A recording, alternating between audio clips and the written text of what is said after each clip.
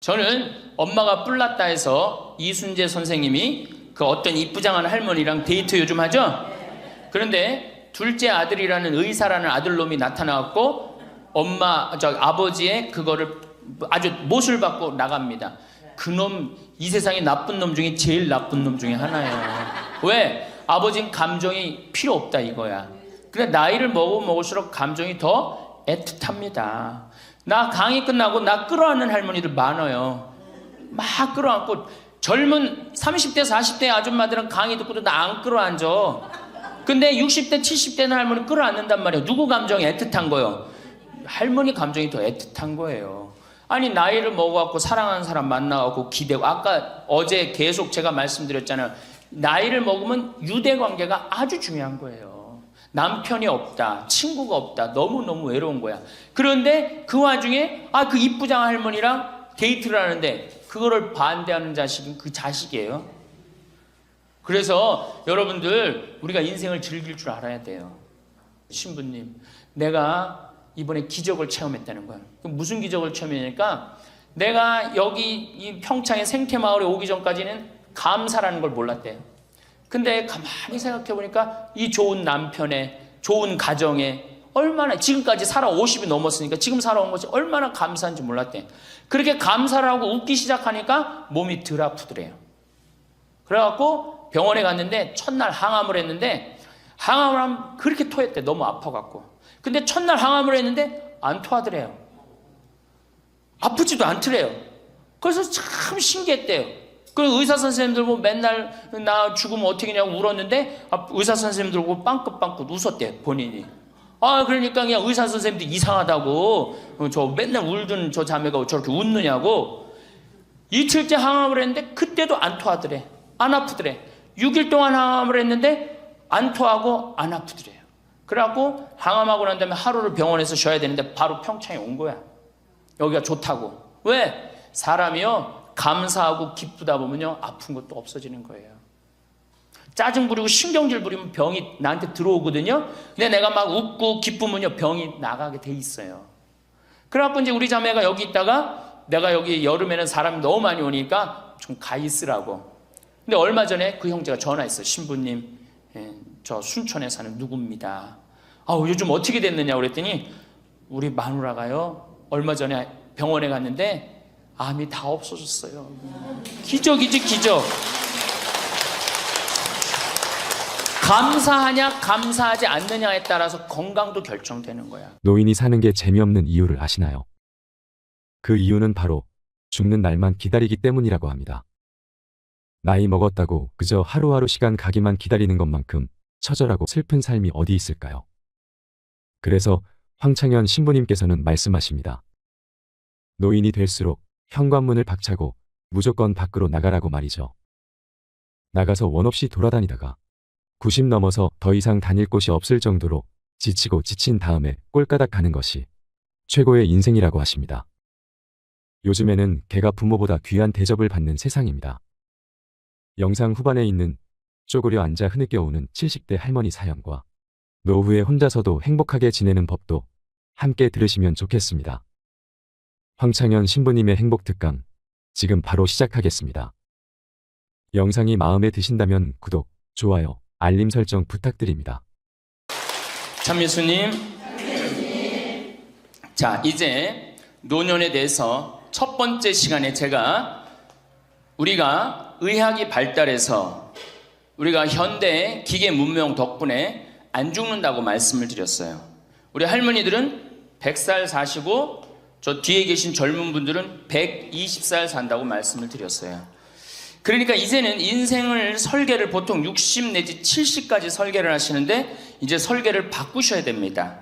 어떻게? 여기 계신 할머니들은 100살까지, 뒤에 계신 젊은 분들은 120살까지 살 거를 계획을 짜셔야 돼요. 그래야지 인생의 의미가 있는 겁니다. 두 번째 시간에는 제가 뭐라고 말씀을 드렸느냐면, 노년이 되면 외로움이 가장 큰 문제예요. 상실감을 많이 느끼기 때문에 외로움이 오고, 그 다음에 자식과의 관계가 불편하고, 오로지 누구밖에 없다? 남편밖에 없다. 남편 죽는 날 그날부터 뭐가 된다? 고아된다. 그러니까 정말로 노년에 가장 소중한 사람은 남편이요 아내다. 그런 말씀 드렸어요. 그래야지 외롭지 않게 돌아가실 수 있어요. 그러니까 남편과의 관계에서 가장 좋은 건 뭐야? 남편 전날 죽고 그 다음날 따라 죽는 게 제일 좋은 거예요. 그게 서로 가장 좋은 거예요. 세 번째는 노년에 재산 관리를 참 잘해야 된다. 재산 관리를 잘하라는 게 뭐야? 자식한테 주라는 게 아니고 뭐예요? 내가 가지고 다 쓰다가 죽을 때 통장에 얼마만 남기고 죽어라? 500만 원만 남겨 죽어라. 모자라는 건 뭘로 하면 된다? 부조금 들어온다. 그렇게 말씀드렸어요. 자, 요 세 가지만 이해를 해도 노년에 대한 이해를 잘하는 거예요. 그러면 이제 오늘 시간은 뭘 할 거냐? 이제 내가 이 남은 인생을 어떻게 살아야지 즐겁고 행복하냐? 행복한 방법에 대해서 지금부터 말씀을 드리겠습니다. 잘 들으시기 바랍니다. 저는 원래 좀 몸이 현찮았어요. 우리 할머니들 15년 전에 나 봤을 때 47kg라고 말씀드렸죠? 지금은 57kg예요. 원래 63kg까지 살이 쪘다가 제가 살을 빼갖고 지금 아주 좋습니다.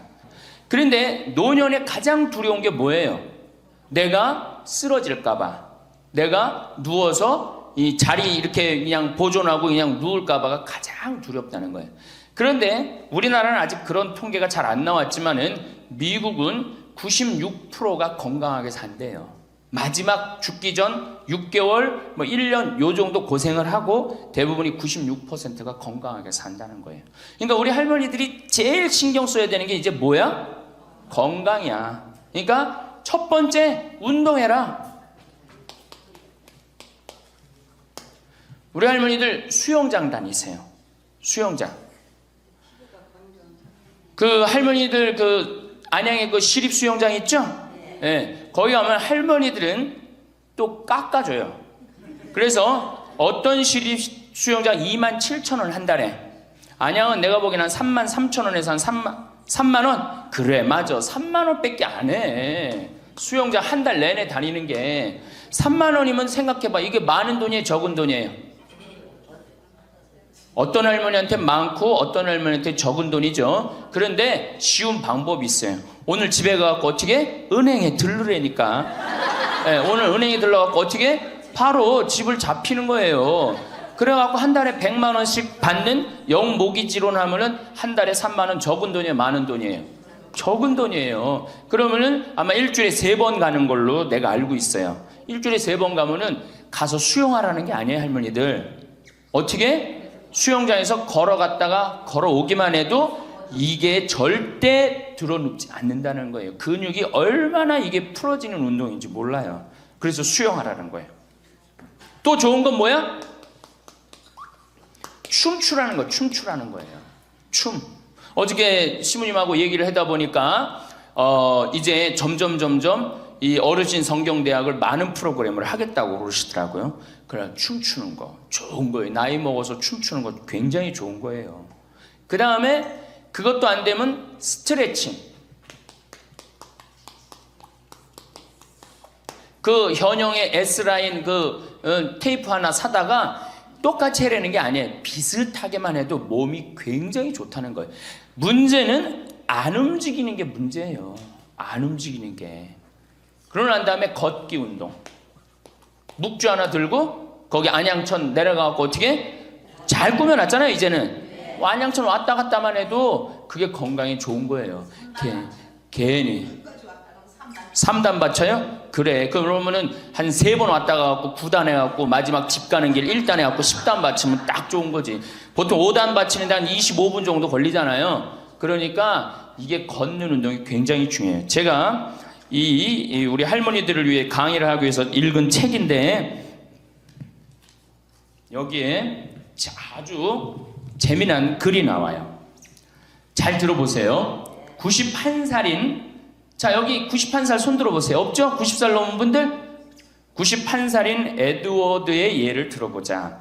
에드워드는 86살 때까지 평생 동안 하루도 운동을 한 적이 없다는 거예요. 86가지. 운동 안 하는 사람들 많죠. 우리 할머니들도 운동 전혀 안 하는 분들 있죠. 그러니까 86가지 평생 운동을 한 번도 한 적이 없대. 그 무렵 그는 노인을 위한 히브루 재활 센터를 방문하게 되었는데 마침 자신의 여가 시간을 채우기 위해서 무언가 할 일이 필요한 참이었다. 그는 건강한 삶이라는 노인을 위한 웨이트 트레이닝을 중심의 운동 프로그램을 등록하게 됐다. 웨이트 트레이닝이 뭐냐면은 역기 들고 이러는 거.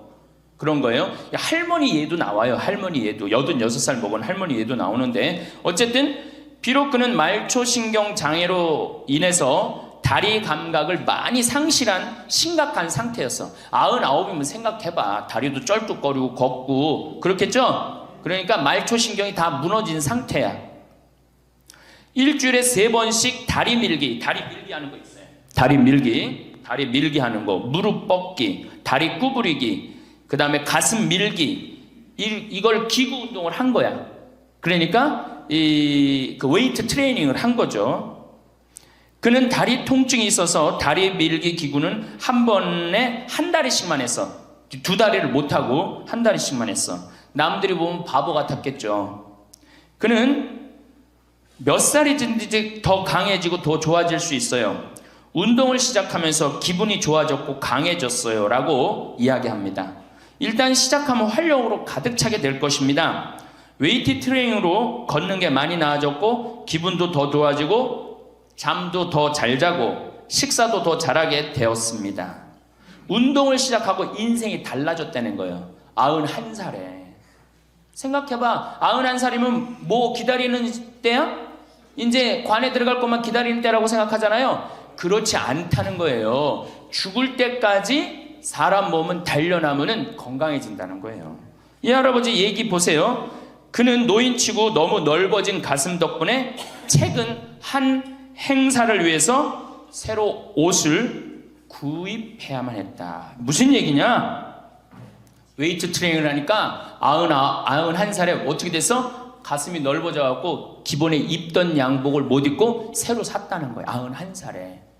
그러니까 나이 먹어갖고 제일 중요한 게 뭐야? 운동이야. 그러니까 할머니들 어떻게 오늘부터 운동을 하세요. 헬스장에 등록도 하고. 86살 먹은, 이 책에 보면 86살 먹은 할머니가 헬스장에 등록을 해갖고 헬스를 하는데요. 인생이 완전히 달라진다는 거예요.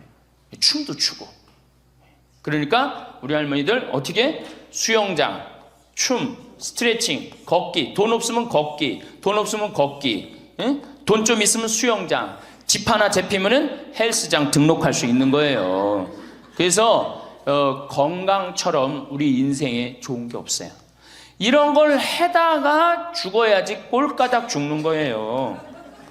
꼴까닥 그냥 죽어요?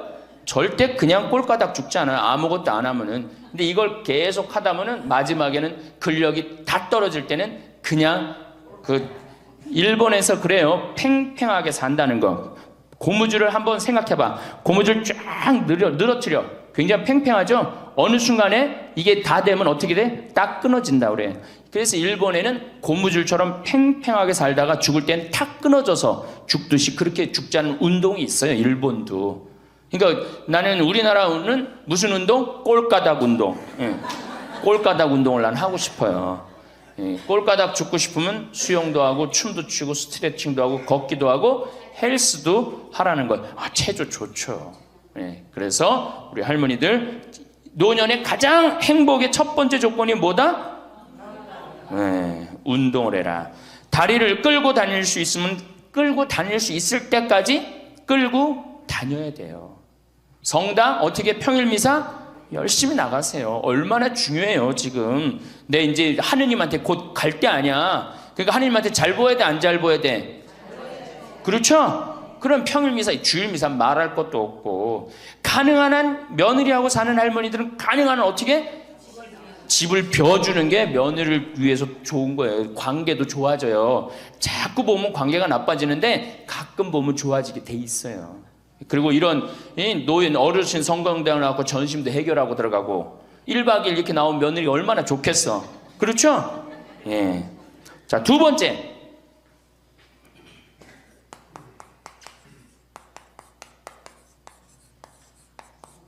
우리나라 사람들이 진짜, 우리나라 할머니들이 진짜 못하는 게 뭐예요?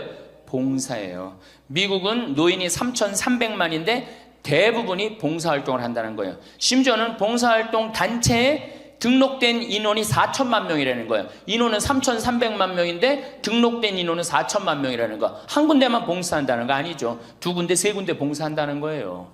그러니까 미국은 노인들 때문에 돌아간다는 거예요. 노인들 때문에. 근데 우리나라는 노인들, 봉사하는 노인들이 몇 명이나 돼요. 그러니까 우리가 그만큼 이기적으로 사는 거예요. 내 자식, 내 새끼, 우리 집만 생각하는 거지 우리 전체 사회를 생각하지 않는 거야. 아니 65세 넘어갖고 뭘 또 내 자식, 내 집, 내 새끼를 생각해. 이제는 좀 살 만큼 이 세상 얻어먹을 만큼 다 얻어먹었잖아. 세상에서 누릴 만큼 다 혜택을 누렸잖아요. 그러니까 이제는 어떻게 하고 돌아가야 돼? 되돌려주고 돌아가야지. 저는 제가 경복궁을 갔는데 그 얘기도 조금 있으면 말씀드리겠지만 할아버지 한 분이 나와서 해설을 하시는 거예요. 봉사하시는 거예요. 그러니까 일본어로 하시더라고. 일본 사람들 오니까 일본어로 저기 막 봉사활동 하는 거예요. 아, 너무 멋있어요.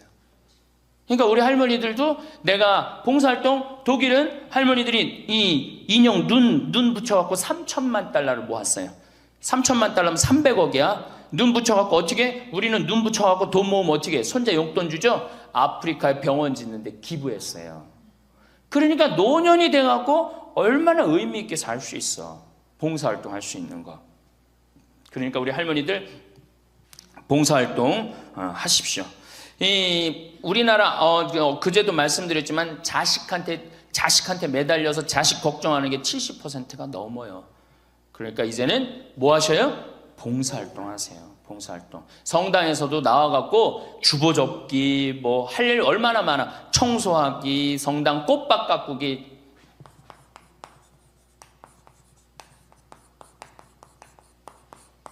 그 다음에 화분 이렇게 꾸며갖고, 우리 여기 지금 한 분 들어와서 사시는 회장님이 계셔요. 나이가 한 75 되셨는데, 이 허브를 가꾸셔갖고, 지금 여기 어저께 우리 자매님들한테 제가 보여줬죠? 할아버지 한 분이 그 허브를 가꾼 거예요. 우리 생태마을을 얼마나 근사하게 만들어놨는지 몰라.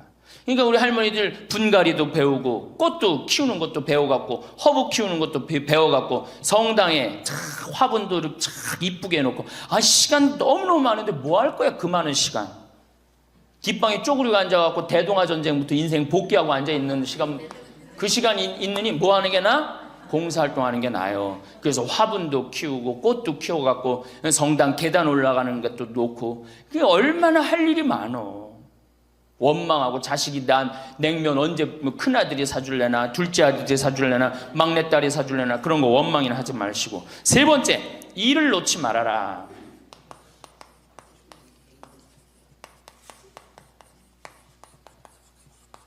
일을 놓지 말아라. 여러분들, 송혜 선생님이 몇 살이시죠? 81살이에요. 81살인데 얼마나 멋있어요. 정말로 전국을 들었다 놨다 하잖아요. 그것도 주일날 12시에. 난 늙었으니까 난 이제 뭐 그만한다. 섹스피어의 그 리어 왕 얘기 보면 딸들한테 왕위를 내줘버려요. 그래갖고 어떻게 돼? 완전히 그냥 뭐 인생 쪼그라지는 거예요. 이제는 젊은 사람들한테 자리를 내준다, 그런 생각할 필요 없어요. 뭐 자리를 내주긴 내줘. 나이를 먹으면 나이를 먹는 만큼의 일이 있는 거예요. 이번에 94살 먹은 구당 선생님이 추석 때 여러분들 침하고 뜸하고 강의하는 거 보셨죠?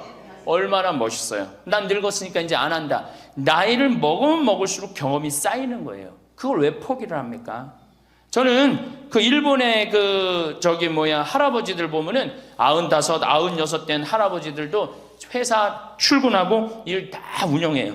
우리나라가 뭐 너무너무 좋은 거, 젊은 거, 새로운 거 해갖고 오래된 거를 중히 여기지 않는데, 할머니, 할아버지들이 사실은 삶의 경험이 훨씬 많은 거예요.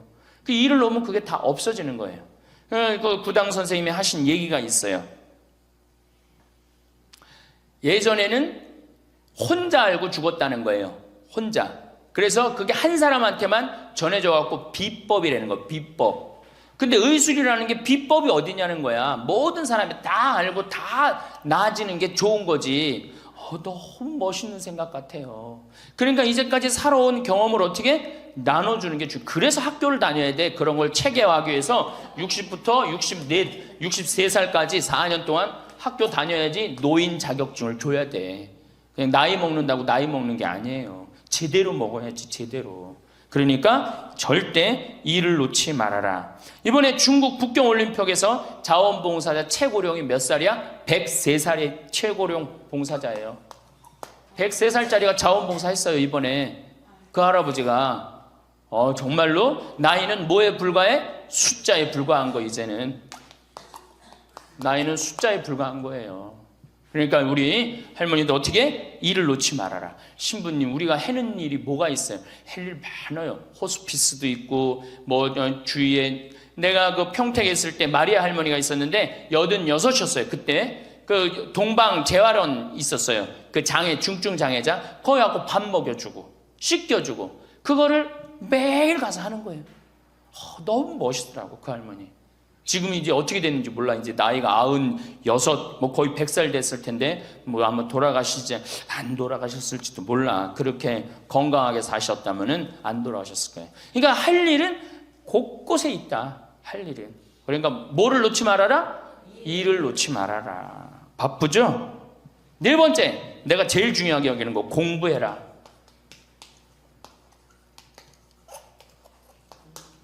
나이 먹으면은 공부할 생각을 안 해요. 더 새로 배울 생각을 안 해요. 얼마나 우리 할머니들이 한심하냐 하면은 자식이 어머니 핸드폰 사드릴게요.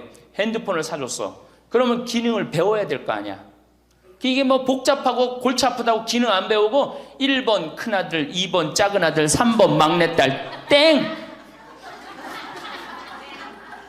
그렇죠?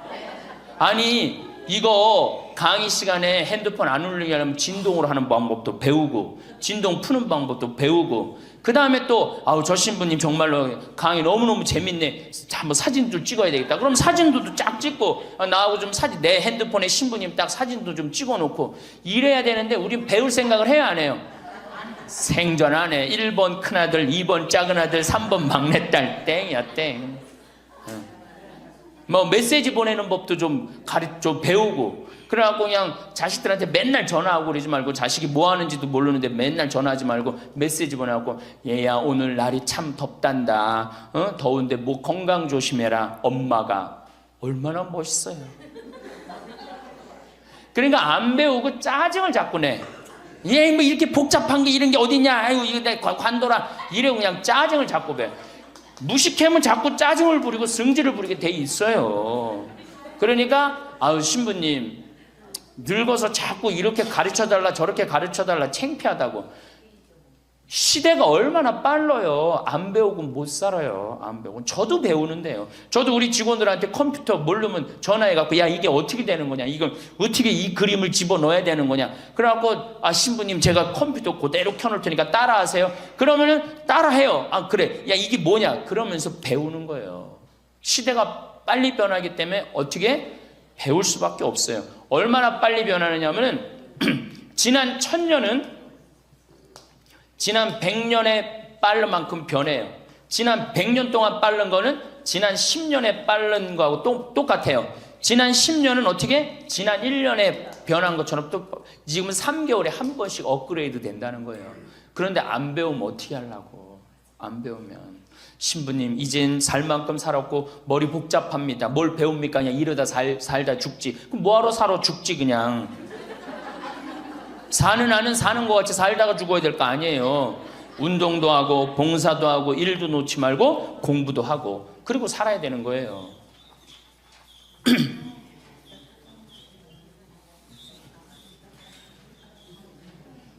뭐든지요 배우면 즐거운 거예요. 그래서 제가 우리 할머니들한테 자수, 수지침, 요즘 또 저기 평화방송 보니까 귀침 그 교육도 있대. 이침이라고. 이침, 도자기. 여기 할머니들 오면 예전에 내가 도자기를 이렇게 만드는 프로그램을 했었어요. 애들보다 훨씬 잘 만들어요. 할머니들이. 깜짝 놀랐어요. 왜 애들보다 훨씬 잘 만드는가 했더니 평생 송편 빚고 손으로 한 게 얼마나 많아. 그러니까 도자기를 정말이에요. 할머니들이 훨씬 잘 빚어요. 정말로. 알 거야. 지금 아는 사람들은 내가 내 얘기 무슨 얘기 하는지 아는 사람들은 알 거예요. 그러면 지금 할머니들 도자기 잘 빚어갖고 그거 공부하면은요 앞으로 10년, 20년 동안 도자기 빚을 수 있어요. 그래갖고 도자기 잘 빚은 게 1년, 2년만 배우면은 웬만한 거 빚거든요. 그럼 어떤 음식점에서 아유 그 집 할머니 도자기 참 잘 빚는다 그러는데 우리 집에 그릇 한 100개만 주문한다고. 그럼 100개 해갖고 납품하고 배우면은요 일이 생기게 돼 있어요. 일이 생기게 돼 있어요. 신부님 우리 능력이 지금 가장 좋은 때예요. 아, 왜 10년, 20년 산 사람보다 60년, 70년 산 사람들이 경험이 축적돼 있어? 안 축적돼 있어? 축적돼 있는 거예요. 그래서 깨달음이 자, 인생을 4기로 나눕니다. 태어나서 25, 30살까지를 배움의 시기라고 그래요. 배움의 시기. 공부하고 배우죠? 이게 1기야. 인생의 1기. 30살서부터 50살까지는 사는 시기야. 사는 시기. 예. 그래갖고 장가가고 애 키우고 돈 벌고 집 마련하는 거야. 그렇죠? 50부터 70까지가 제 3기야. 구분하는 사람마다 다 틀리지만은 50부터 이게 비상하는 시기라는 거예요.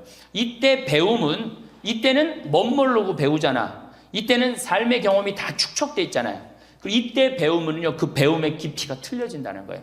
깨달음의 농도가 틀리다는 거예요. 굉장히 깊이 깨달을 수 있고 굉장히 깨달음이 클 수 있다는 거예요. 근데 이때 다 공부를 놓는단 말이에요. 이때 책도 안 읽고 생전 책 읽으라고 해도 책도 안 읽고 안 보인다고 그러고 안 읽죠? 안 보이긴 왜 안 보여? 피천득 선생님은 90살 될 때까지 다 봤는데 이게 자꾸 안 보니까 시력이 떨어지는 거예요. 계속 보면은 시력 안 떨어진다고 그래요. 뭐 텔레비전이나 계속 3시간 4시간 보니 그놈은 눈이 나빠지지.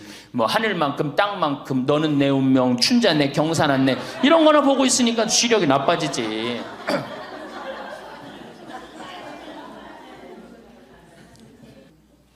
다섯 번째, 인생을 즐겨라.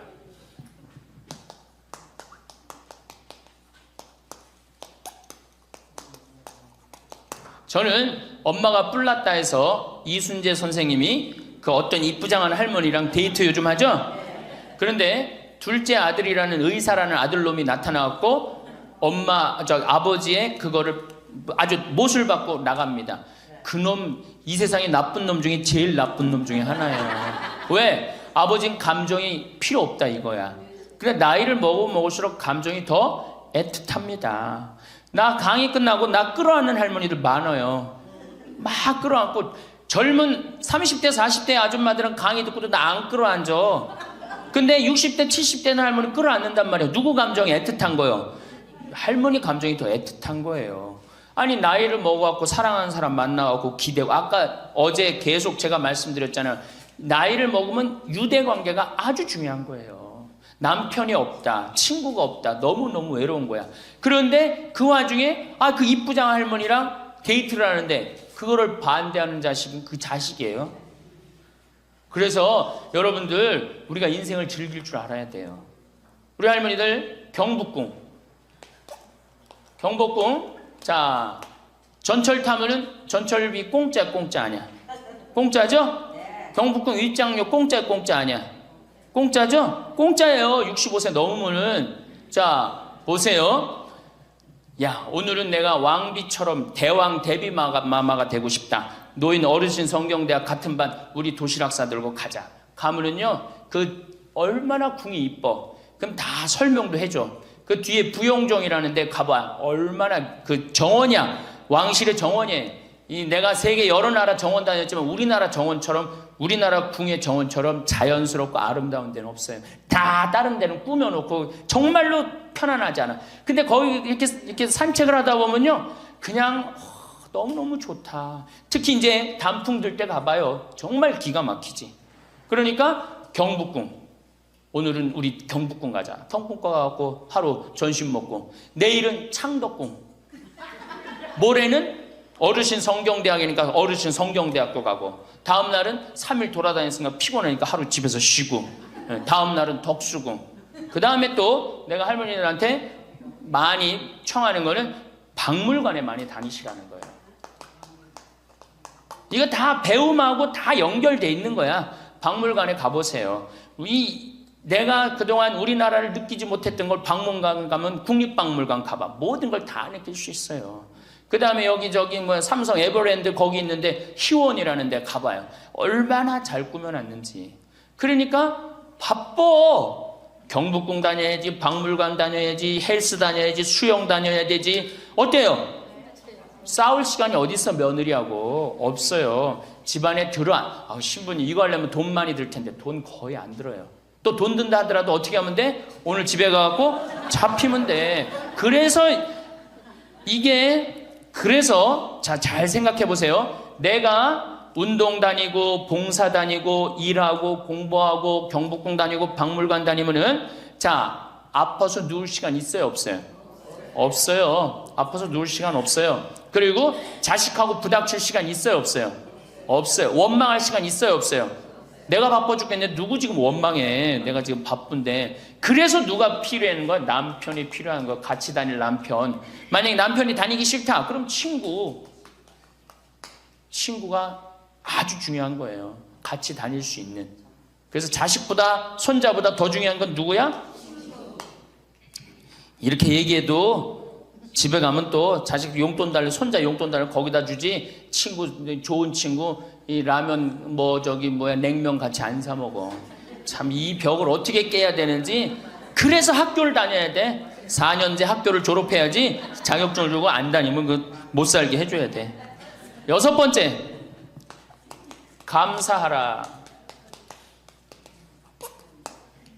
우리 신앙인 중에 내가 천주교 교우들 중에 정말 못하는 게 감사해요. 우리 할머니들 우리 집에 암 환자들이 많이 와 있어요. 암 환자들이. 어제도 암 환자 몇 분이 미사 참여를 했어요. 잘 못 느꼈겠지만은. 그런데 저기 순천, 전주에서 오신 분들, 순천에서 아주 증세가 안 좋은 자매가 하나 왔어요. 아주 얼굴이 새카매. 간이 안 좋아갖고 얼굴이 새카매. 남편도 나한테 와갖고 신부님 소식을 들었는데 여기 오면 좋다고 그래서 왔다. 신부님만이 우리를 살려준다. 내가 무슨 재주가 있어서 살려줘? 나는 살려줄 능력 없어요. 그런데 왔는데 그 자매를 봤는데 우는 거예요. 너무 아프니까 계속 우는 거예요. 그런데 내 강의를 몇 번 들어보고 주위에 암 환자들 보니까 암 환자들이 깔깔깔깔 웃는 거야. 그러니까 나한테 그 얘기를 해요. 로엘라 자매님, 신부님 너무 이상하다고. 저 암에 걸렸는데 왜 웃느냐고. 저 자매들은. 난 아파 죽겠는데, 난 밥도 못 먹고 토하고 그러는데. 그래서 내 강의에 중요한 게 뭐야? 기뻐하라, 감사하라야. 자매님 지금 살아있는 것 자체만 해도 지금 은총이다. 죽으면 하나님한테 가는 것도 은총이고, 내가 울면서 하루를 지내느냐 웃으면서 하루를 지내느냐 굉장한 차이가 있다. 얼마나 자매님 이렇게 암이 걸렸어도 이렇게 경치 좋은 데서 와서 해주는 밥 먹고 사는 사람이 몇 명이나 되느냐. 그것도 남편 시중 극진하게 남편이 모시더라고요. 이렇게 남편 시중 극진하게 들고. 이게 지금 감사할 일이 지금 울 일이냐. 자매가 한 일주일 지나더니 신부님 밥을 먹을 만 하다는 거예요. 밥을. 그리고 이제 한 2주일 있다가 항암 치료를 하러 갔어요. 그 병원에서 유명하대. 항암 치료하면 토하고 우는 거. 그래서 의사 선생님들이 지나가면서 본대요. 일주일이 있는데 자매가 왔어요.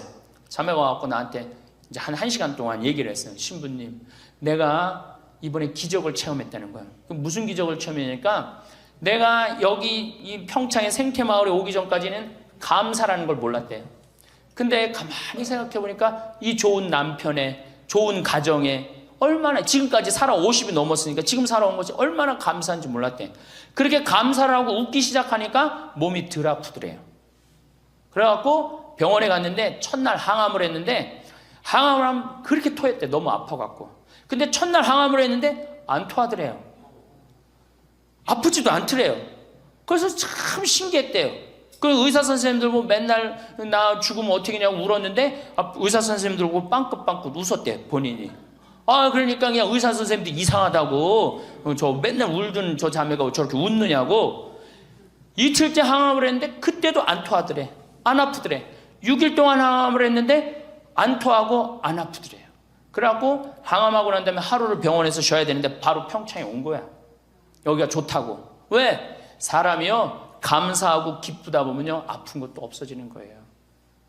짜증 부리고 신경질 부리면 병이 나한테 들어오거든요. 근데 내가 막 웃고 기쁘면요 병이 나가게 돼 있어요. 그래갖고 이제 우리 자매가 여기 있다가 내가 여기 여름에는 사람이 너무 많이 오니까 좀 가 있으라고. 근데 얼마 전에 그 형제가 전화했어요. 신부님, 저 순천에 사는 누구입니다. 요즘 어떻게 됐느냐 그랬더니 우리 마누라가요 얼마 전에 병원에 갔는데 암이 다 없어졌어요. 기적이지 기적. 감사하냐 감사하지 않느냐에 따라서 건강도 결정되는 거야. 건강도. 그러니까 우리 할머니들 감사하세요. 그리고 여기 할머니들은 감사 안 할 수가 있는 할머니들이야. 지금 2달이로 평창까지 올 정도면 감사해 안 감사해? 본당 신부 잘 만나갖고 뭐 돈도 많이 대줬다며 얘기 들어보니까 돈도 많이 대주고 얼마나 좋아. 그리고 생각해봐. 어제 점심 저녁 오늘 아침 저녁 해주는 밥 먹었잖아. 그렇죠? 맨날 내가 집에서 해 먹어야 되는데 해주는 밥 먹고 얼마나 감사해. 또 어젯밤에 이렇게 빈님이 오시는데 아침에 일어나니까 저 구름 산에 걸려있는 구름 이뻐요 안 이뻐요? 그러면은 벌써 하느님한테 감사 찬양 100번은 더 했어야 될까? 하느님 감사합니다. 내가 비산동 성당 다녀갖고 이 좋은 성당에서 여기 1박 2일로 보내주고 밥 3끼 이제 먹었잖아. 밥 3끼 공짜로 먹여주시고 감사합니다. 감사합니다. 입만 열면 뭐 해야 돼? 감사합니다 해야죠? 그러면은 건강한 거예요. 건강한 거예요. 예, 그러고 살아야 돼. 그리고 집에서도 자식들 앞에서 입만 열면 뭐 해야 돼? 감사하다. 니네들 건강하고 나도 건강하고 감사하다. 그냥 냉면 안 얻어먹은 거 이런 것만 원망하지 말고. 냉면 먹고 싶으면 어떻게 하라고? 내 돈 가지고 내가 가서 사 먹으면 돼. 내 돈 주고 내가 가서 사 먹으면 되지. 그걸 기다려요. 신부님 냉면 사 먹을 돈이 어디 있어요? 집 하나 잡히면 되는 거예요. 7번째, 웃어라. 자, 우리 할머니들 어제 오늘 많이 웃었어요 안 웃었어요? 이게 웃는 게 이 할머니들한테 문제인데 웃으면 자꾸 수명이 연장된다는데 어떻게? 어린아이는요 하루에 300번 어저께 할머니들이 깔깔 웃은 것처럼 웃는데요. 근데 나이 먹을수록 하루에 10번, 15번을 안 웃는다는 거예요. 근데 우리 할머니들 어제 오늘 어린아이 같이 깔깔깔깔 웃었어. 그러니까 얼굴이 처음에는 얼굴이 다 굳어 있었어요. 첫 강의 평화방송 봐. 첫 강의 굳어 있나 안 굳어 있나? 네, 첫 강의 보세요. 그런데 지금 4번째 강의인데 얼굴이 확 폈어. 웃으니까 얼마나 좋아. 이 분위기가 확 꽃이 피잖아. 웃으면서 살아야 돼요. 특히 우리 할머니들은 안 웃으면은 정말로 무서워 보여요. 생각을 해봐. 머리는 하얗지 얼굴은 쭈글쭈글하지. 거기다 웃어도 전찬을 판국인데 그 얼굴을 갖고 인상을 한번 써봐. 얼마나 자식들이 보기 싫겠어. 그러니까 자식들 보면 어떻게? 빵긋빵긋 웃어요. 빵긋빵긋. 그리고 가능한 한 집 근처에 안 들어가는 게 좋아. 수영장 다니고 헬스장 다니고 경복궁 다니고 박물관 다니고 그 다음에 지금 각 구청에서 전부 다 교육 프로그램이 굉장히 많아요. 붓글씨도 배우고 가봐. 하여튼 프로그램이 굉장히 많아요. 제가 서울이나 뭐 이런 데 강의 가요. 일반 구청 뭐 또 이 여성교육센터 가보면 강좌가 40개가 넘어요. 그럼 그거 등록하고 가서 듣는 거야. 그거 얼마나 좋아. 가면 또 밥 주는 데도 많고. 집에 계시지 말고. 자, 8번째. 자기 자신에게 친절해라.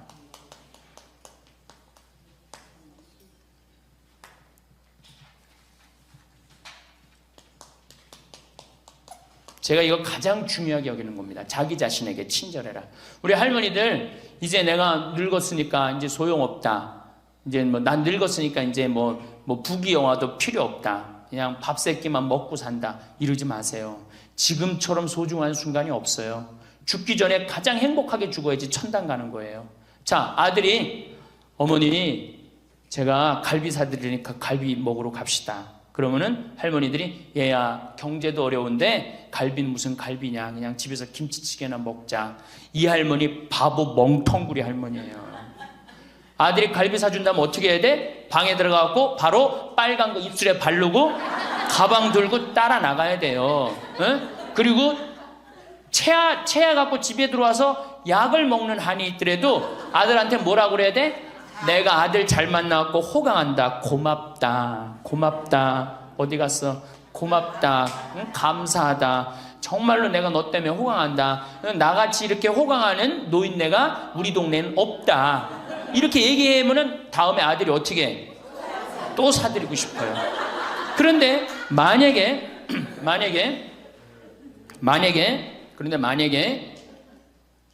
나는 먹으러 가기 싫다. 그리고 또 뭐가 꼬이는 게 있어갖고 더 화가 나면은 더 어깃장을 놓죠? 그러면 다음에 갈비 먹으러 갈 때, 자, 가자. 그러면은, 우리끼리 가자. 그러면 손자가, 할머니도 같이 가야지. 할머니 그거 싫어해. 우리끼리 가자. 그리고 간단 말이야. 자, 그리고 이제 그 소리를 들으면 또 어떻게 돼? 또 열받잖아. 스스로 무덤을 파지 마세요. 이번에 5월 달에 우리 둘째 형님이 효자라고 그랬죠? 둘째 형님이 그동안 큰 대기업에 다니다가 이제 나이가 먹으니까 쫓겨났어요. 쫓겨났는데 둘째 아들이 어머니 아버지 그동안 제가 회사 다니냐고 어머니 아버지 한 번도 모시고 제대로 여행도 못했으니까 쫓겨나자마자 처음 한 게 뭐야? 어머니 아버지 모시고 전국 여행 간 거예요. 전국 여행. 어머니가 전화를 했어요. 아들이 이렇게 여기 전국 여행 다닌다고 일주일을 벼두라고 그랬다고. 그래서 내가 어머니한테 얘기했어요. 어머니 분명히 아들이 호텔이나 좋은 데 예약했을 텐데 하룻밤 20만 원 30만 원 자는데 여기서 자지 말고 여관에서 자자. 제발 그러지 말라고. 대신 어떻게 들어가고 자면서 내가 아들 만나고 호강한다. 내가 이렇게 나같이 행복한 노인네가 세상에 어디 있을 수 있는가. 그렇게 계속 얘기하라고. 계속. 그래야지 아들이 기분 좋은 거예요. 나는 내가 신부 처음 됐을 때 어버이날인가 어머니한테 내가 옷 좋은 걸 사줘야 되겠다. 그래갖고 백화점에 가고 거의 100만 원짜리를 내가 골라갖고 은은하고 우아한 거를 사다가 줬어요. 어머니한테. 근데 어머니가 그걸 딱 보더니 확 내던지더라고. 100만 원짜리를. 나 이런 거 싫다고. 그러니까 어머니 마음에 안 드는 거예요. 늙으면 난 울긋불긋한 거 좋아하는 걸 그때 몰랐지. 그걸 모르고 그냥 은은한 걸 사준 거야. 근데 마음에 안 들었던 거지. 그런데 사실은 마음에 안 들어도 아이고 고맙다. 그리고 안 꼈잖아. 그럼 그거 갖고 울긋불긋한 거 사면 되잖아. 근데 그 자리에서 버리니까 그 후로 난 한 번도 어머니 옷 사준 적이 없어요. 자신이 없는 거야. 뭘 사다 줘야지 이게 마음에 드는 건지. 이제는 좀 자신 있어. 이제 울긋불긋한 거 사다 주면 좋다고 그래. 자기 자신한테 친절해야지. 누구도 친절해? 자식도 귀하게 여기는 거예요. 재미난 얘기가 있잖아요. 어떤 엄마가 자기 아들을 막 때려. 야 이놈 자식 너 맨날 말도 안 듣고. 그럼 동네 아줌마도 에이 이놈아 너 왜 엄마 말 안 들어? 때리는 거예요. 내 자식 내가 때리면 누구도 때려. 남도 때리게 돼 있어요. 근데 내 자식 금에 오기야 키우면 다른 사람 못 때립니다. 똑같은 거예요. 할머니가 어제도 말씀드렸잖아요. 예쁘고 고운 옷 입고 탁 성당 갈 때 하얀 예쁜 한복 탁 입고 성당 갔다 오고 탁 걸어놓고 또 누구 온다면 탁 예쁜 거 입고 이건 뭐 이날이나 저날이나 몸빼바지 비슷한 거 입고 그냥 그러지 말라는 거예요. 그러니까 내가 이탈리아 아니라 프랑스 브랭땅 백화점인가 그 앞에 가는데 멋있는 양장 입고 다니는 다 할머니들이에요. 근사하게. 근데 우리는 할머니들이 다 그냥 정말로 그 늙은 티를 내고 있는 거예요. 그러지 마시고 하얀 옷 이쁘게 치마도 깨끗한 거 다 다려입고 풀도 먹이고 매일 그러려는 건 아니지만은 성당 갈 때 그렇게 하고 집에 와서 딱 걸어놓고 그렇게 자기 자신한테 귀하게 친절하게 해야지 인생이 값이 있는 거예요. 가치가 있는 거고. 아셨죠? 아, 내가 또 하나 빼먹은 거 있다. 운동할 때 목욕탕 다녀라. 나이 먹어갖고 건강에 아주 좋은 건 목욕이에요. 목욕. 그래서 어제 샤워해라. 어저께 구리성당에 베드로 대학에 매일 샤워해라 그랬죠? 목욕탕 다니세요. 피부도 고와지고 근육도 굉장히 많이 부드러워지니까. 그러니까 어쨌든 자기 자신한테 친절하면 돼. 신부님 너무 이기적이지 않느냐. 봉사활동 있잖아. 봉사하고 자기 자신한테 사랑하고 이렇게 살아갈 때 인생이 찬란한 거예요. 9번째, 신앙생활을 해라. 자, 이제 삶을 정리하는 시기야. 그렇죠? 삶을 정리하는 시기야. 삶을 정리하는 시기니까 이제 하느님을 믿고 하느님을 의지하고 살아가는 거 중요한 거예요. 그리고 사실은 우리 할머니들 지금 70, 80, 40면서 다 누구 은총이야? 하느님 은총이에요. 지금 우리 숨 쉬는 거, 공기 마시는 거, 여기 공기 달죠? 이 다른 공기 마시는 거 누구 은총 덕분이야? 하느님 덕분이에요. 그러니까 하느님 덕분이니까 어떻게? 하느님께 이제 남은 인생 감사하면서 사는 거예요. 그러니까 이 신앙생활, 하느님이 이제 묵주기도도 열심히 하시고 미사 참여도 열심히 하시고, 그리고 어제도 말씀드렸지만 돌아가실 때 제발 자식한테 재산 남겨놓고 돌아가지 마세요. 어떻게 하세요? 하느님의 영광을 위해서 가난하고 헐벗고 불쌍한 이들을 위해서 봉헌하고 가세요. 그렇게 봉헌하고 가셔야지. 그 김남호 박사님이라고 우리 천주교 교우인데 한 7, 8, 거의 10년 전에 돌아가셨는데 300억, 의사 선생님인데 300억 봉헌하고 가셨잖아요.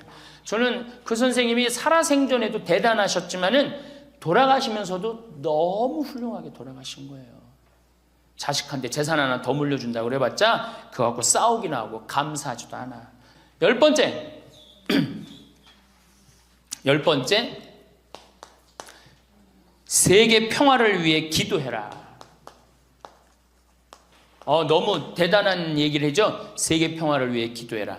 우리 할머니들 어제도 미사염을 들어오는 거 보니까 어떻게? 손자를 위하여, 자식을 위하여. 제발 그러지 마시고 이제는 전쟁이라면 하느님, 성모님이 그러잖아요. 전쟁 없애기 위해서 기도해라. 세계 가난한 이들을 위해서 기도해라. 그러잖아요. 그러니까 우리 할머니들 이제는 항상 누구를 위해서 기도해? 세계 평화, 세계의 구원을 위해서. 이젠 70쯤 됐으면 세게 놀아야 될 거 아니야. 크게 놀아야 될 거 아니야. 세계의 평화를 위해서, 세계의 구원을 위해서. 우리 성모님이 늘 세계 구원을 위해서 기도하라고 그러잖아요.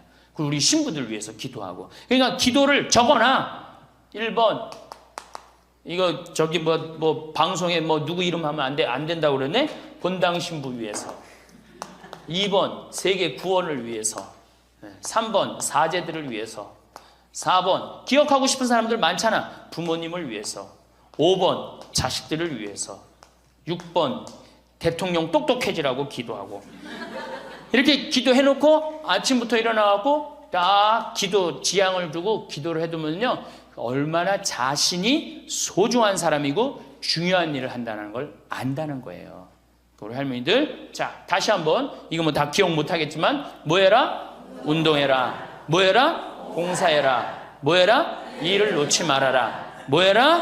공부해라. 그 다음 인생을 즐겨라. 아주 중요한 거예요. 그 다음에 감사해라. 웃어라. 자기 자신에게 친절해라. 신앙생활을 해라. 세계 구원을 위해 기도해라. 자, 총정리합니다. 자, 21세기는 누구의 시대다? 노인의 시대다. 노인의 시대다.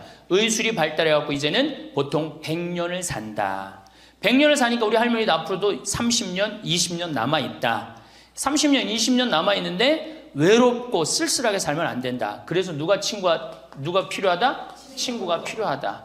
자, 이제 30년 남아있는 오래 사는 나를 돌볼 사람은 아무도 없다. 돌볼 사람은 오로지 누구밖에 없다? 나밖에 없다. 그러니까 냉면이 먹고 싶으면 나 지금 냉면 먹고 싶은 거 누구만 한다? 나만 한다. 그러니까 누구한테 누가 사줘야 된다? 나한테 내가 사줘야 된다. 냉면 먹고 싶으면 어떻게? 내 돈 가지고 내가 가서 사 먹으면 되는 거예요.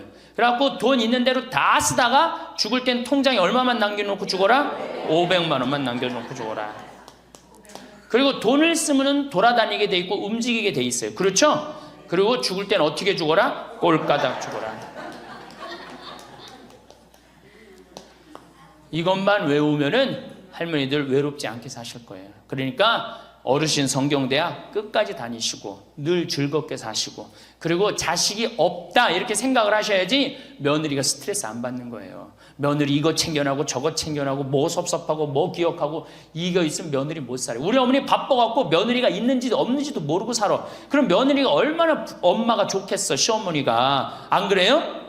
그냥 며느리 아들만 그냥 평생 쳐다보고 살고 있어. 그냥 눈 그냥 아들 지나가면 아들 이렇게 하는 며느리 지나가나 보다 이러고 그러면 얼마나 불편하겠어요. 우리 어머니가 그래요. 우리 어머니 구경하기가 힘들어요. 바빠서. 나보다 훨씬 바빠요. 나보다. 세상에 나보다 바쁘니 얼마나 바쁜 거야. 아버님도 아침에 딱 나가고 동네 노인정 다니시고 지금 이제 소백산 저 송이 따러 가시고 그렇게 살아야지 스트레스를 안 받는 거예요. 그래서 여러분들 교황님이 뭐라 그러셔 돌아가시면서 나는 행복했습니다. 여러분들도 행복하십시오. 자, 끝으로 은총. 저는 내가 비산동에 있을 때도 그래서 내가 이렇게 미사를 봉헌하다 보면 어떤 자매가 앉아있으면 기분이 너무 좋아. 미사 봉헌할 때. 그 자매 은총 가득한 자매예요. 또 내가 이렇게 집 질 때 능평성당에서 집 질 때 어떤 형제가 나타나면은 집 짓는 일이 빨리빨리 진행이 돼요. 그 형제 무슨 형제야?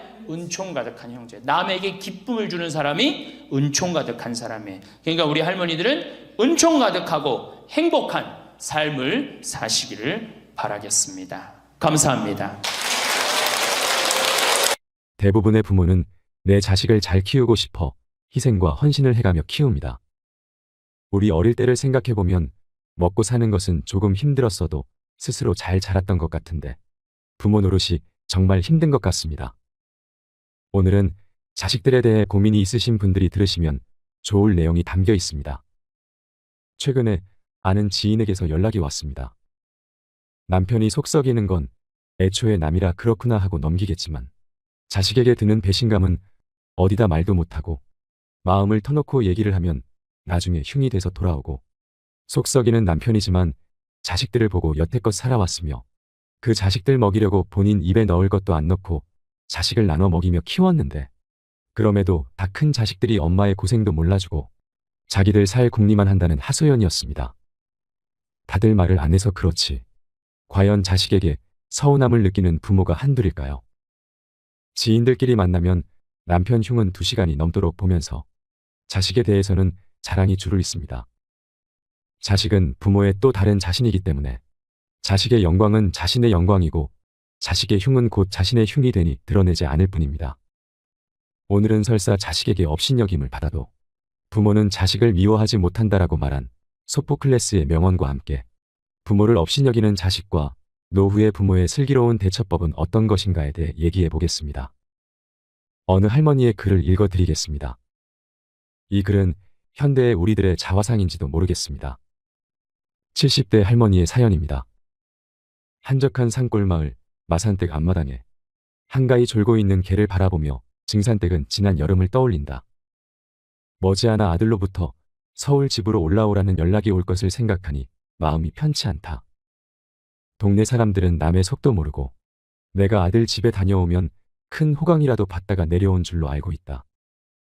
어제도 윗집 마산댁이 놀러와 서울 아들 집에 가서 어떻게 지내다 왔냐는 말에 아들 집에 개 봐주러 갔었다는 말은 차마 할 수 없어 동문서답을 하고 말았다.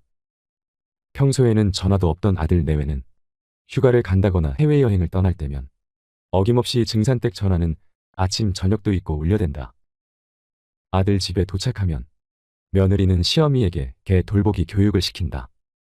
아들이 키우는 개 해피는 매일 목욕을 시켜야 하고 해피 식사는 노화 방지, 면역력 향상을 위해 아침에는 유기농 오리고기에 저녁에는 럭셔리 닭고기를 먹이라고 메모를 시어머니에게 전해주며 어머니, 이 해피는 보통 개가 아니에요. 치와와라고 350만 원 주고 데려왔어요.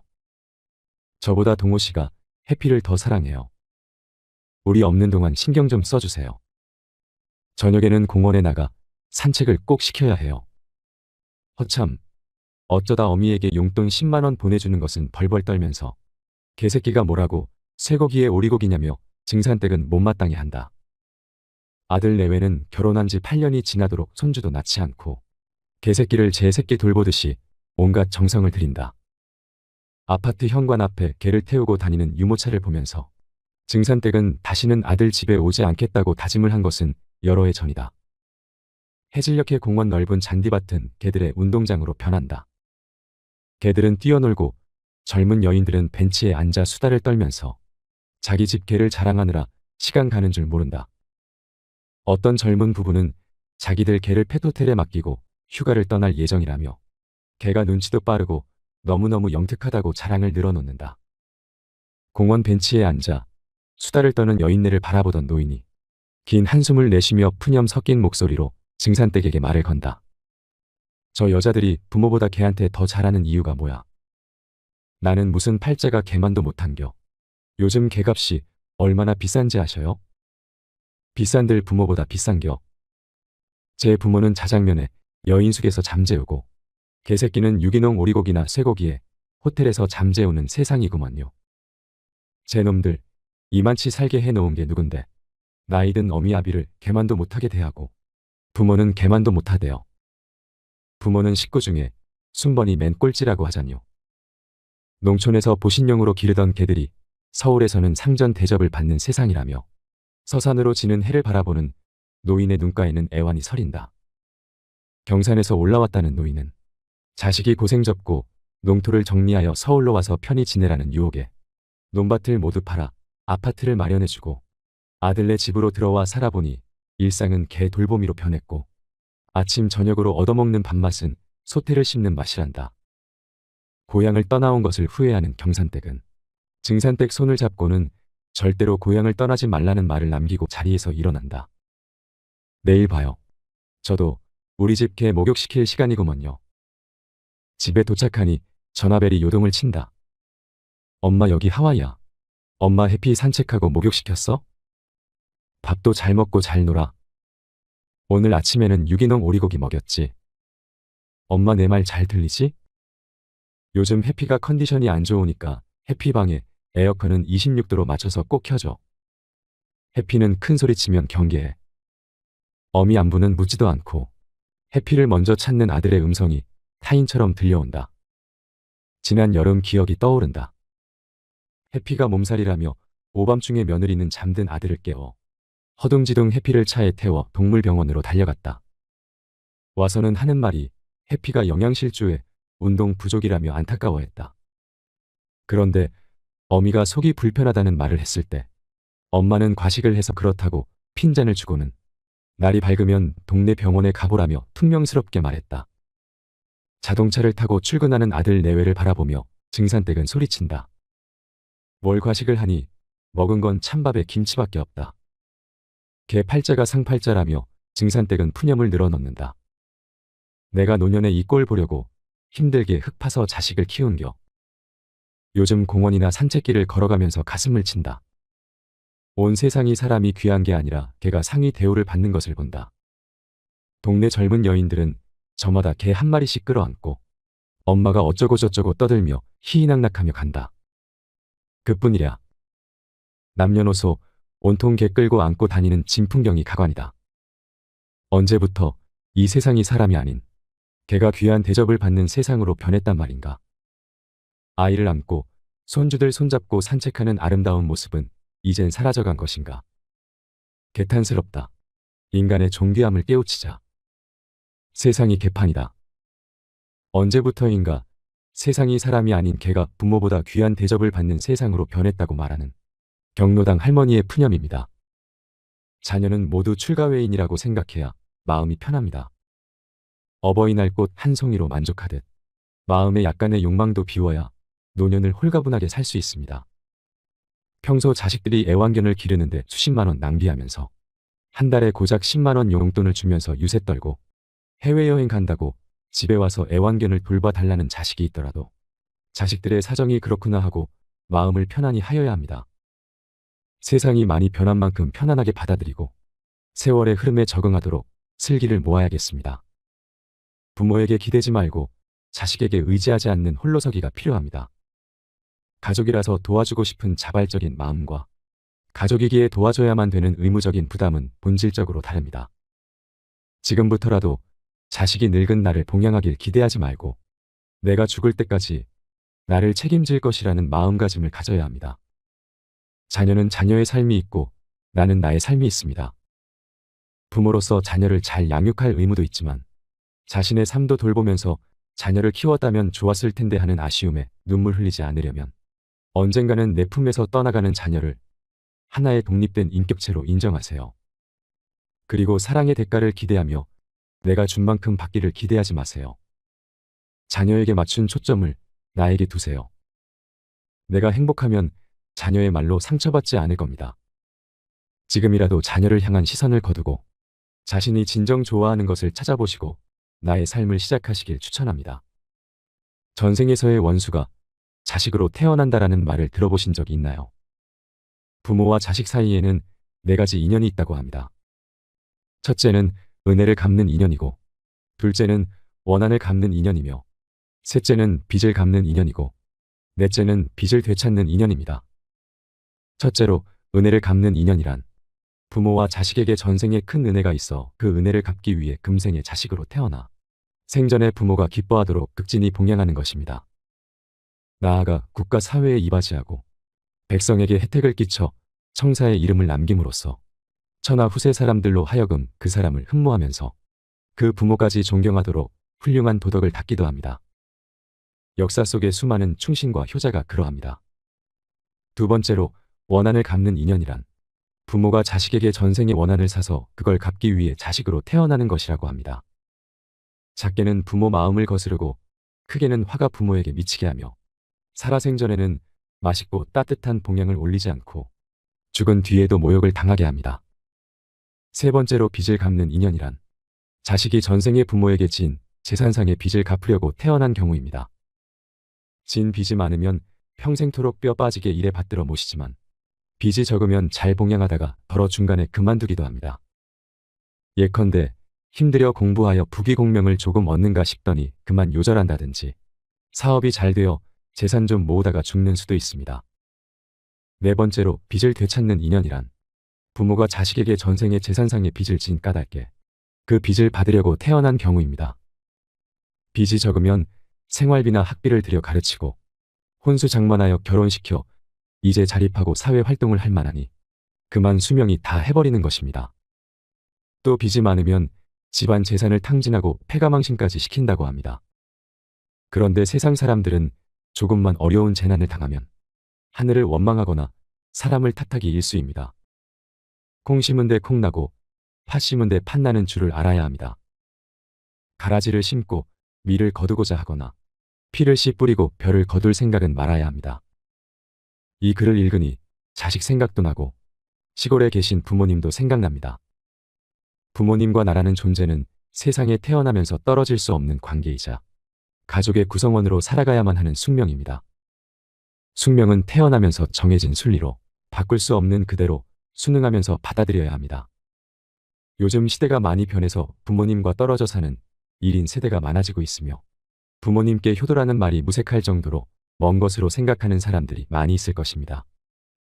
부모님에 대한 효도는 살아생전 자식이 제 아무리 해도 그 은혜와 사랑에 보답하지 못한다는 사실을 명심하고 잘해드려야 하며 소홀했을 때는 이미 늦었다는 것을 알고 탄식하며 후회하게 될 것입니다.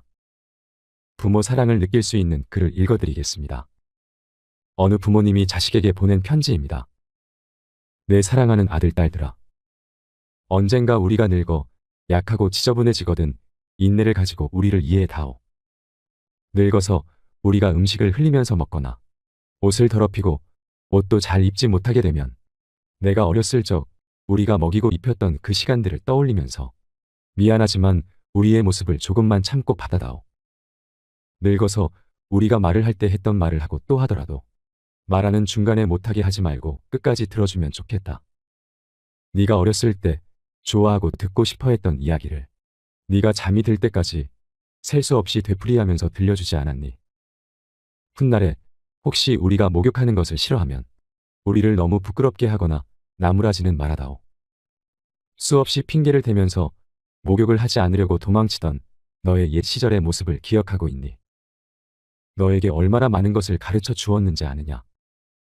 상하지 않은 음식을 먹는 법, 옷을 어울리게 잘 입는 법, 너의 권리를 주장하는 방법, 혹시 우리가 새로 나온 기술을 모르고 점점 기억력이 약해진 우리가 무언가를 자주 잊어버리거나 말이 막혀 대화가 잘 안 될 때면 기억하는 데 필요한 시간을 좀 내어주지 않겠니?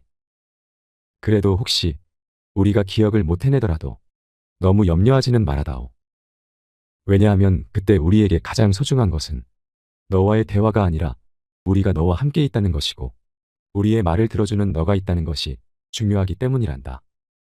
또 우리가 먹기 싫어하거든 우리에게 억지로 먹이려고 하지 말아다오. 언제 먹어야 하는지 혹은 먹지 말아야 하는지는 우리가 잘 알고 있단다. 다리가 힘이 없고 쇠약하여 우리가 잘 걷지 못하게 되거든 지팡이를 짚지 않고도 걷는 것이 위험하지 않게 도와줄 수 있니? 너가 뒤뚱거리며 처음 걸음마를 배울 때 우리가 너에게 한 것처럼 너의 손을 우리에게 빌려다오. 그리고 언젠가 나중에 우리가 더 이상 살고 싶지 않다고 말하면 우리에게 화내지 말아다오. 너도 언젠가 우리를 이해하게 될 테니 말이다. 노인이 된 우리의 나이는 그냥 단순히 살아온 것을 이야기하는 것이 아니라 우리가 어떻게 생존해 있는가를 말하고 있음을 이해해다오. 비록 우리가 너를 키우면서 많은 실수를 했어도 우리는 부모로서 줄 수 있는 가장 좋은 것들과 부모로서 보여줄 수 있는 가장 좋은 삶을 너에게 보여주려고 최선을 다했다는 것을 언젠가는 너도 깨닫게 될 것이다. 사랑한다. 내 사랑하는 아들, 딸들아. 네가 어디에 있든 무엇을 하든지 너를 사랑하고 너의 모든 것을 사랑한단다. 이 글을 처음 읽었을 때는 너무 어릴 때라 아, 그렇구나 하고 그냥 넘어갔습니다. 하지만 지금 다시 이 글을 읽고 보니 부모님이 무슨 마음에 이런 글을 썼을까가 다 느껴지고 이해가 되네요. 저도 아이가 웬만큼 커가고 부모님이 연세가 많아지시니 새로운 감정이 듭니다. 자식이 부모 속만 안 썩여도 얼마나 행복할까? 또한 자식들 앞길이 술술 풀리기만 하면 얼마나 행복할까? 모든 부모님들의 애타는 소망일 것입니다. 우리 모두가 부모님의 무한한 자식 사랑을 잊지 말고 가족의 소중함을 깨달으며 평소 고마움으로 부모님 은혜에 감사한 마음을 행동으로 표현해보면 어떨까 생각해봅니다. 마지막으로 좋은 글을 하나 소개해드리겠습니다. 이 글을 들으면서 여러분들이 살아온 인생을 한번 돌아보시길 바랍니다. 이젠 나 스스로를 사랑해야 한다. 우리는 이 세상에 올 때 혼자였다. 갈 때도 동반자가 있을 리가 없다. 사람으로 사는 것은 필경 외로운 일일 것이다. 고독을 즐기다가 새로운 인생을 만난 사람도 있고 오랜 동행에 종지부를 찍은 사람도 있다. 내 삶의 가치는 결코 타인에 의해 타인이 만들어 놓은 상황에 의해 매겨지는 것이 아니다. 내가 나를 어떻게 바라보느냐, 내가 내 삶을 어떻게 살아가느냐에 따라 달라질 것이다. 우리는 다른 이들과 함께 있을 때 맡겨진 대역을 충실하게 연기한다. 늘 정해진 각본대로 따라하는 훈련이 자신의 진정한 모습을 잃어버리게 만든다. 우리는 그동안 자기 자신을 평가하고 투자하는 데 철저히 인색했다. 혼자인 사람은 가장 자유로운 사람이다. 그러나 사람들은 자신의 배역에 익숙해져 있는 터라 이런 자유를 마주하게 되면 오히려 충격에 빠진다. 그래서 상당수의 사람들이 혼자라는 사실을 참을 수 없어 한다. 혼자는 곧 외로우며 공허하다라고 단정짓고 착각 속에 빠진다. 하지만 사람은 모두 자신의 길을 당당히 걸어가야 한다.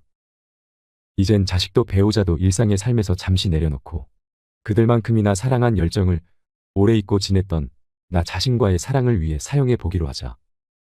이젠 나 스스로를 사랑해야 한다. 내가 나를 사랑해 주지 않으면 누가 날 나만큼 사랑해 줄까? 최근에 혼자만의 시간을 누려본 기억이 있는가? 혼자서 여행을 가본 적이 있는가? 스스로 고독한 여행자가 되어보자. 한밤중 덜컹거리며 달리는 기차에 앉아 창밖으로 스쳐 지나가는 불빛을 바라보자. 고독은 생각을 풍성하게 키우고 그 차원을 높여준다. 많은 생각이 부담스러운가? 생각이 많은 것은 좋은 일이다. 그것을 조용히 음미할 때 우리의 영혼은 성장한다. 열심히 가정을 지키면서 살아온 나 자신을 마음껏 칭찬하자. 열심히 일하면서 지나온 내 삶을 한껏 사랑하자. 정성껏 마음 주고 함께 걸어온 좋은 이웃들을 중심으로 사랑하며 칭찬하자. 이젠 이만하면 쉴 자격이 충분하니 더 이상 달려가지 못하더라도 달래고 추스릴 시간을 주자. 수고했다. 애썼다. 육신이 너덜너덜해질 만큼 약해진 나 자신에게 위로와 칭찬과 용기를 보내주자. 욕심부리고 때를 쓰고픈 나 자신조차 따뜻하게 보듬으며 이해해주자. 잠시 거울 속의 내 얼굴을 정면으로 쳐다보자. 노화를 느낀 언젠가부터 자세히 보기 싫어진 내 얼굴이지만 오늘은 거울 속의 내 얼굴을 정면으로 뚫어져라 바라보자. 10년 전, 20년 전, 30년 전 사진에 내 얼굴을 생각하며 구석구석 찬찬히 현재의 내 모습을 바라보자. 저렇게 늙어가는구나. 나는 우울하고 안쓰러운 마음이 들 것이다. 그 얼굴에는 굴곡의 세월과 기쁨, 서러움의 시간이 묻어있고 사랑과 이별과 망각의 시간들이 묻어있다. 내 얼굴이지만 수많은 세월 동안 진지한 대화 한 번 없이 남의 물건처럼 방치해둔 내 모습이다. 언제 이렇게 수많은 주름살이 얼굴을 도배했을까? 언제 이렇게 떨어진 꽃잎의 색깔처럼 피부는 갈색 침전이 되었을까? 한때는 거울 속의 저 얼굴에도 신혼의 싱그러움이 있었다. 애들 초등학교 입학식 때 희망에 찬 젊은 부모의 기계가 있었을 것이다.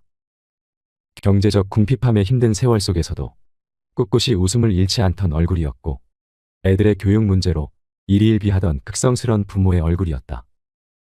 갑자기 먼 길 떠나는 부모님과의 영원한 이별을 회한의 눈물로 보내드린 얼굴이었고 지금은 당시 부모님의 얼굴로 쓸쓸히 거울 속에 있다. 낯설게 변해버린 굳은 무표정의 얼굴에게 이젠 진정으로 좋은 표정을 선물해주자. 지난 세월 근심과 걱정 속에서 찌들어간 내 얼굴에게 앞으로는 웃음과 희망을 전해주고 더 이상 주름살은 남겨주지 않도록 노력하자. 열심히 살아온 내 얼굴에게 그동안 너무 고마웠다고 말해주자. 수십 년을 동고동락해준 내 얼굴에게, 지구상에 오직 하나뿐인 내 얼굴에게 남은 시간은 우리들만을 위해 바치겠노라고 약속하자. 생각은 말이 되고 말은 행동이 되며 행동은 습관이 되고 습관은 삶의 변화를 준다. 어떤 생각을 하느냐에 따라 인생이 달라진다. 내가 나를 사랑하지 않으면 남들 또한 나를 사랑해 주지 않을 것이다. 첫 번째, 내가 제일 좋아했던 취미 생활을 시작하자.